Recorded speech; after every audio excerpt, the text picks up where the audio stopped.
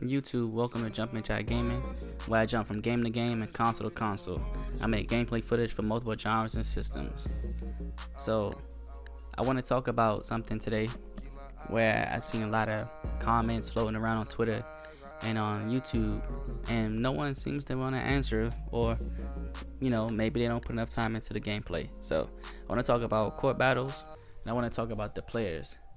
So, now you see I have pretty much a decent selection of these players, right? So I have Dwight Howard, I already have Lou Williams, Jason Tatum, and I already have Thomas, right? So can't go wrong. So I'm doing pretty good with these 83s and 83 and up overalls, right? So what I usually do is before I make the purchase, I usually go ahead and hit like the square button to view the player details, right? Now this is always helpful before you spend that 80,000, 60,000 on a player. So you can see all Millsap stats right here on the side. You can scroll down, it tells you everything. So it's nothing, no secret, it's nothing hidden. You already know what you're purchasing before you click the X button. So make sure you always view that. Now I have found a couple of sleeper picks from the store like a week ago that I want to talk about. But man, I mean, I'm sure, Sue Bird, just winning the WNBA championship, with the Seattle Storm. They beat my Mystics, so let's still shout out to her. NBA champion again. Let's see, her court vision is 94, passing 93. So that's somebody that you definitely will utilize as a floor general when you play against opponents in court battles that has requirements of like minimum 2 WNBA players or 2 Western Conference WNBA players. 3-point shot 86, mid-range 87. So you can't go wrong with adding Sue Bird to your lineup. And she's only 60,000, so that's not bad. 86 overall, epic player, can't go wrong. Dwight Howard has been a big boost to my lineup in court battles. So let me head over there and see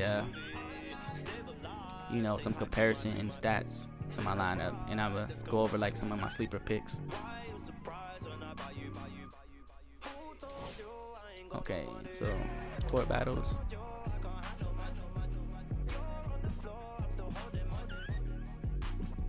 Now, one of the things with court battles that I struggled with at the very beginning when the game was launched was actually having opponents attack my court.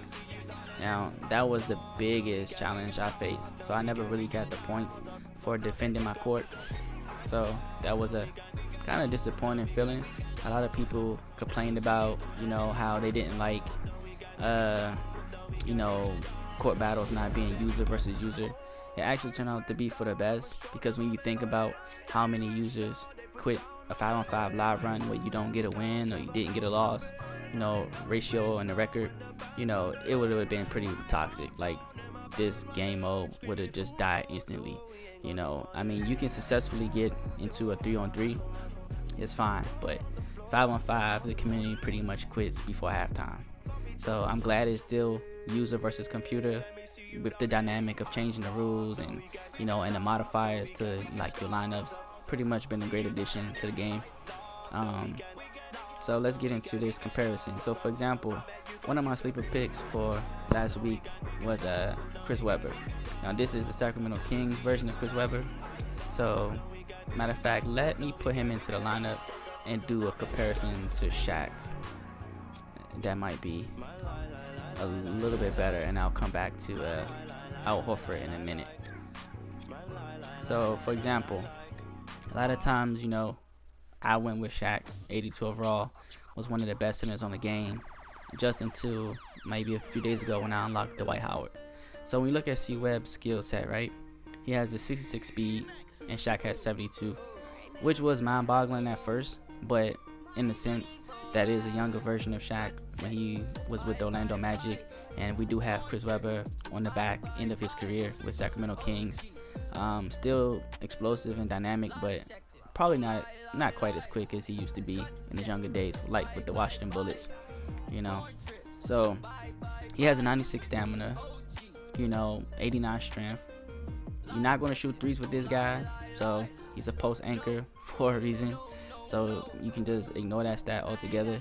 Mid range is 87, so he can spread the floor.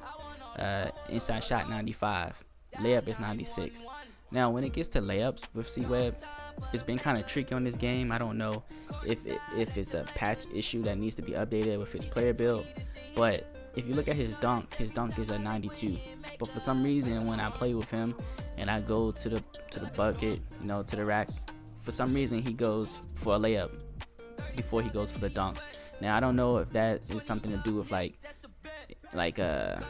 his contested shot is 88, so I don't know why he's not just dunking on people, why he's not posterizing people in the paint. But we know the real C-Webb will posterize you, he will dunk on you. You know what I mean? But on here, he'll go for the layup every time. And which, when I got Shaq at the beginning, he will pretty much dunk on you. He'll put you on the poster every time.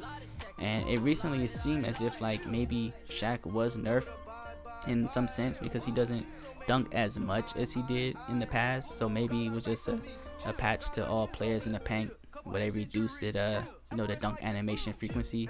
But yeah, C-Webb does have a 92 dunk overall, so he's definitely a good player to have. So when you play court battles and people have those rules where you earn 5 points for dunks or 3 points for dunks, you definitely can use a guy like C-Webb. He will finish strong. Contested shot is 88, shot off the dribble 76.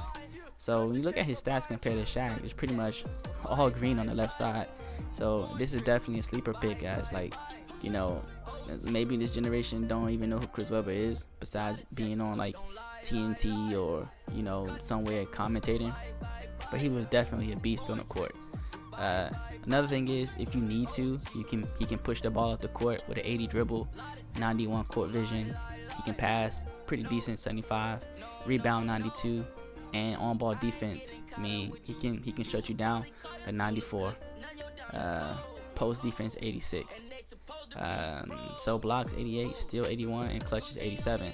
So I mean, you tell me, who would you go with at this point? You go with the 86 overall Chris Webber or 82 Shaq?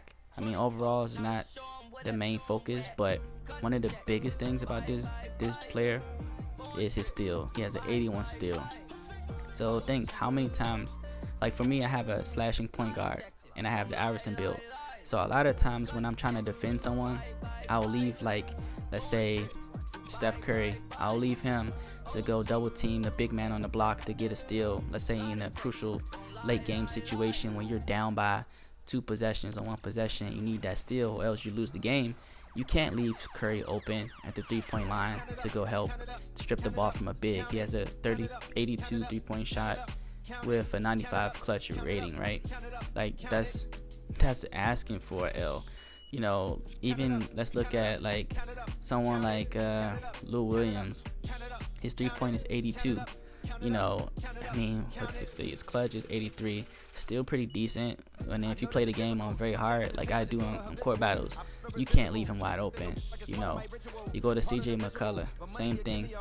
Come on, 87 3-point shot. You just can't make that sacrifice. Devin Booker 84, clutch is 90. You just can't do it. So with C-Webb, his steal is 81. He pretty much could defend his man one-on-one, on ball defense and post defense, 74 and 86. So if you're a big, the average big, look at Whiteside's dribbling, it's 42. That's a steal all day. You can look at another power forward like Al Horford, a little bit more ball handling skills, dribbling is 61.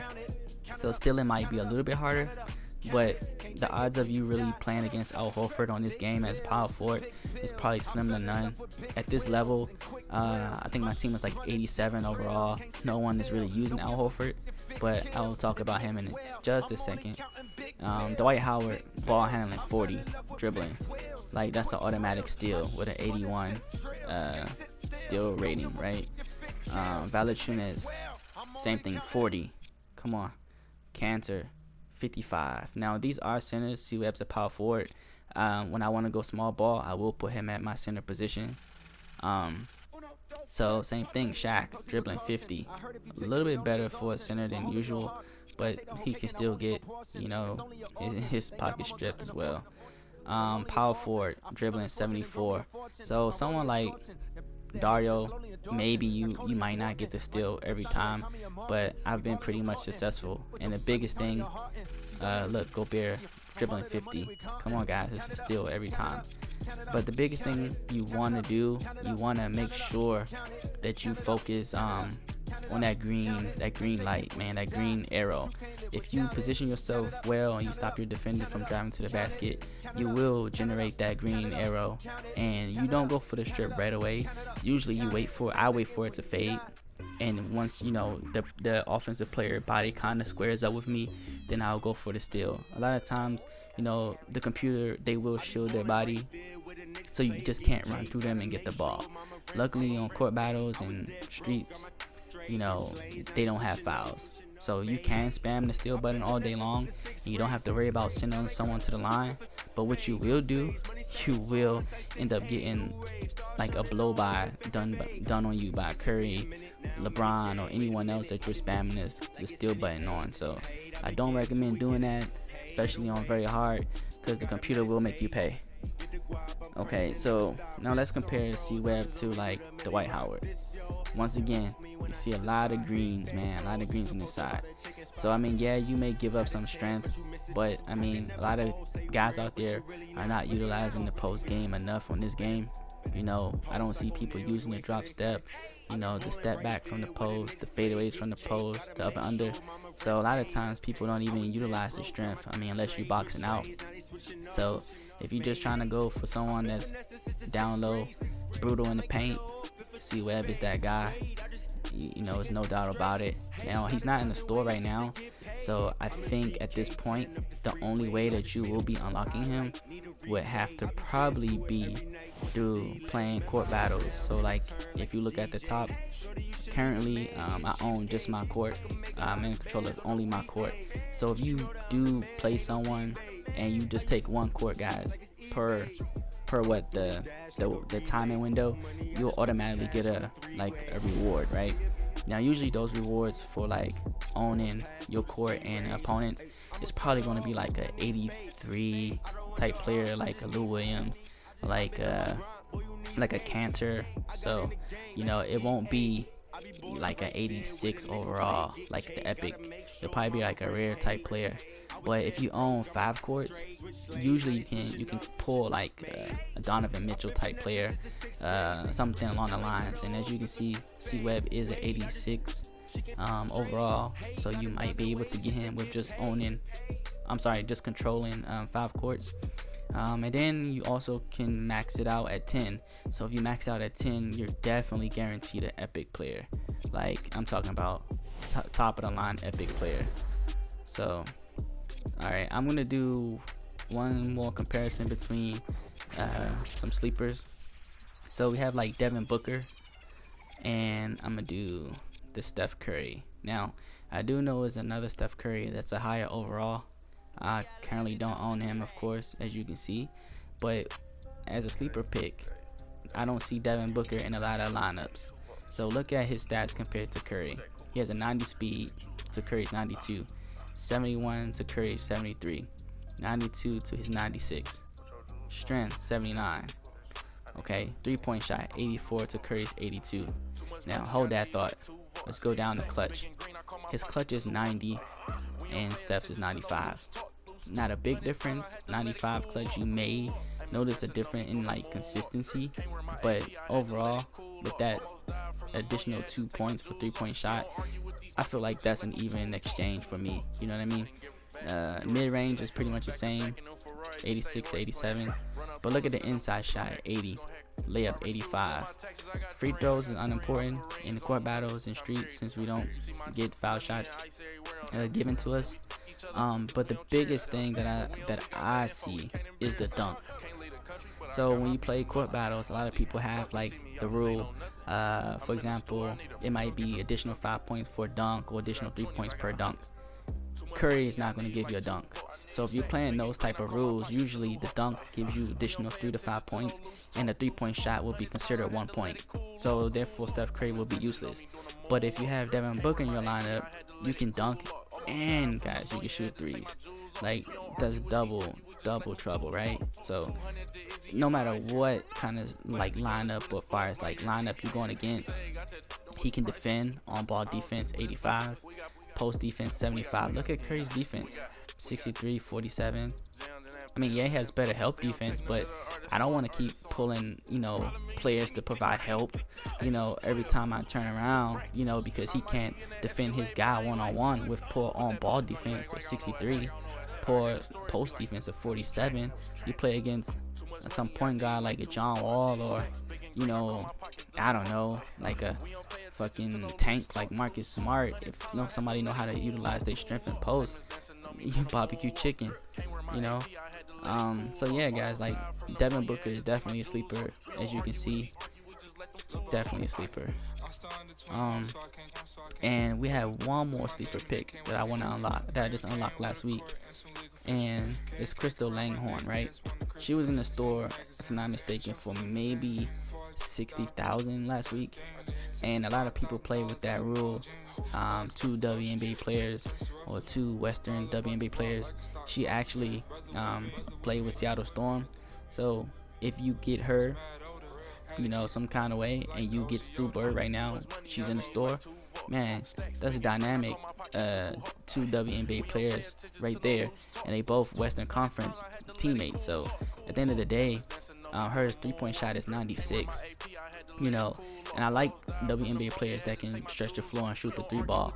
I haven't really found a lot of WNBA players useful as far as in the paint and getting rebounds and finishing strong, when everyone has like Shaq, Mutombo, Whiteside, these big guys, man, like down low. Like, I'm sorry, just you see the difference in the paint. So if you can find a WNBA player to stretch the floor, it's usually better. So with a 96 3-point shot and a 77 clutch, come on, like that's pretty decent. Court vision 78, dribbling 71, so she can handle the rock. Post moves 81, so you can probably pull that, that shimmy, that up and under if you want to. I wouldn't recommend it, but I mean, with all those bigs down low, but she definitely got a post game. Inside shot 95, so if you can get close to the basket, it's pretty much money. Layup 88. So this is another sleeper pick for the WNBA side, and I already showed you guys Sue Bird stats, so definitely take a look at that. And another pick as far as WNBA, just unlocked last week too, as a post anchor if you just need someone else pretty strong down low that can finish in the paint. Inside shot 88, 87. So this is Glory Johnson, another decent female pick right here. She has decent stats, post defense 82, help defense 75, blocks 62, and the steal is 80. So whenever you can find a big like C Webb and like Glory that can steal the ball, that's always a plus. So guys, these are my 2 to 3 sleeper picks. Of course, I like also, I forgot Al Horford I wanted to talk about. He's definitely good too, someone that can stretch the floor. Let me see, let me go and compare him to C Webb really quick so I can show you how good C Webb really is. So when you look and you compare him to the centers, he pretty much was dominant across the board. So we'll compare him to an 86 Al Horford. So overalls match up, but once again, it's not just about the overalls. Look at the underlying stats, the difference, right? So you look here, he has a vertical at 84, dunk of 92. So he's going to finish strong over Al Horford. Al Horford has a better 3-point shot, but once again, with C Webb in my lineup, I'm not looking to shoot threes. But when I do need an extra stretch big, Al Horford is clutch. But when you look at the inside shot 95, layup 76, dunk 92, and guys, it's a no-brainer. C Webb is just dominant overall in this position. Dribbling 80, court vision 91. I mean, block is 88, steal 81, clutch 87. So all day long, C Webb by far is the best power forward I think right now in this game that you could get if you're just trying to go big, and just dominate the paint. You know what I mean? C Webb is definitely the guy. So let me get out of here. Last thing I wanted to go over was how to earn that court battles XP. So I see a lot of comments on Twitter. How do I earn XP? You know, how can you level up faster? I want to reach icon status. Now my level is only 16 because I just didn't choose to put too much time into court battles. I spent most of my time doing like a little bit of world tour in the league. So let's see. So I'm gonna go, let's click on this one. So let's go to block 4, right? Block 4, that's the court. So as you can see, the opponent quality is 4% up, rule quality is 5%, and since I currently own my court, I will get additional 50%. So what I do on court battles, I usually play on very hard, so that way I get that extra 50% increase along with the 5% rule quality and that 4%. So when you look at his court, his game rules is speedball with halves and attacker handicap is none. So usually this kind of invites people to challenge your court when you don't have an attacker handicapper, like minimum of 2 WNBA Western Conference players, or you know, 2 shooters under 70. Usually people will challenge your court because it's nothing that's limiting them to challenging you, right? They can keep their current lineup intact, don't have to make no adjustments. Now when you look at, let's say, okay, so let's go here. So Enigma, right, their court, their rules is slasher fest, and attacker handicap is minimum of 2 WNBA Eastern Conference players. So you notice the difference. So their rule quality is a 10% bump, opponent quality is a 4%, and since I currently own my court, I still get a 50% bump. So if you play this on very hard, you get a 50% additional percentage to your current 50% of the court you own, plus a 10 and a 4. Come on guys, you average, if you get the win, about 7,000 to about 8,000, you know, experience points as far as career hype, career hype points, not experience, not XP. But you will get like about 8,000 career hype. Now if you play it on normal, you're probably gonna average like, let's say maybe, if you lose, I think about 500 career hype, and if you lose on very hard, you might pull in about 1,000 experience points. Now the thing is, when you do play the game on hard, on very hard, you will lose a lot, you know, maybe even more than you win. But when you win, it just feels so much more rewarding, you know. The only thing is, you could look at it from the standpoint, if you're losing too many games, that is easier for you to just play it on normal, and maybe you win 10 normal matches and earn the same amount of XP that you would if you played, let's say, maybe 4 or 5 very hard matches, you know. So it's up to you. I mean, whatever works. I mean, either way, it's still a grind. So you can see here, like the next few guys, they have a couple of like handicaps. So we click on this one, you can see 10% rule quality bonus and 3% opponent quality, 4%, 5%. You see, so it is a big difference. So before you click and accept any challenge, you want to go ahead and make sure you consider these rule qualities and see if it's something that you feel like you can actually win. Make sure you read the attacker handicappers to see if you even have the position players to put in the lineup to even begin the match. For starters, same thing, this person doesn't have an attacker handicap, rule quality is not that great. So I mean, those are some of the things you want to look for. I recently just played someone that had Still Happy, and it was a 40% bonus. So let's see. See, this one is a 30%, and opponent quality is 8. This happens to be one of the hardest game rules to overcome, and especially with this person having a minimum of 3 centers. That means, like we just saw, all your centers ball handling is probably like a 40 and under, and we're Still Happy, the computer steals like 99% of the time. So it is a way that you can kind of counter that.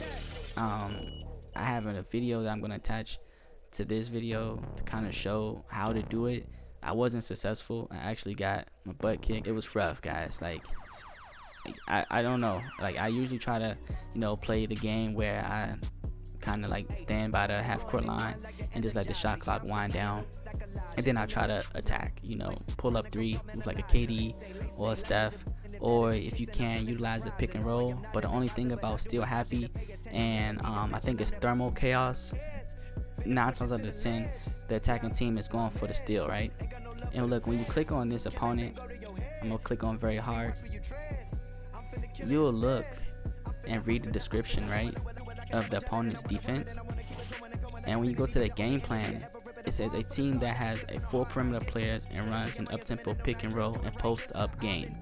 It doesn't say anything about like they're trying to smother you, they're playing tight, they're going for steals. It doesn't say that. So when you first go in, you're thinking, okay, cool, I need 4 centers. Okay, fine.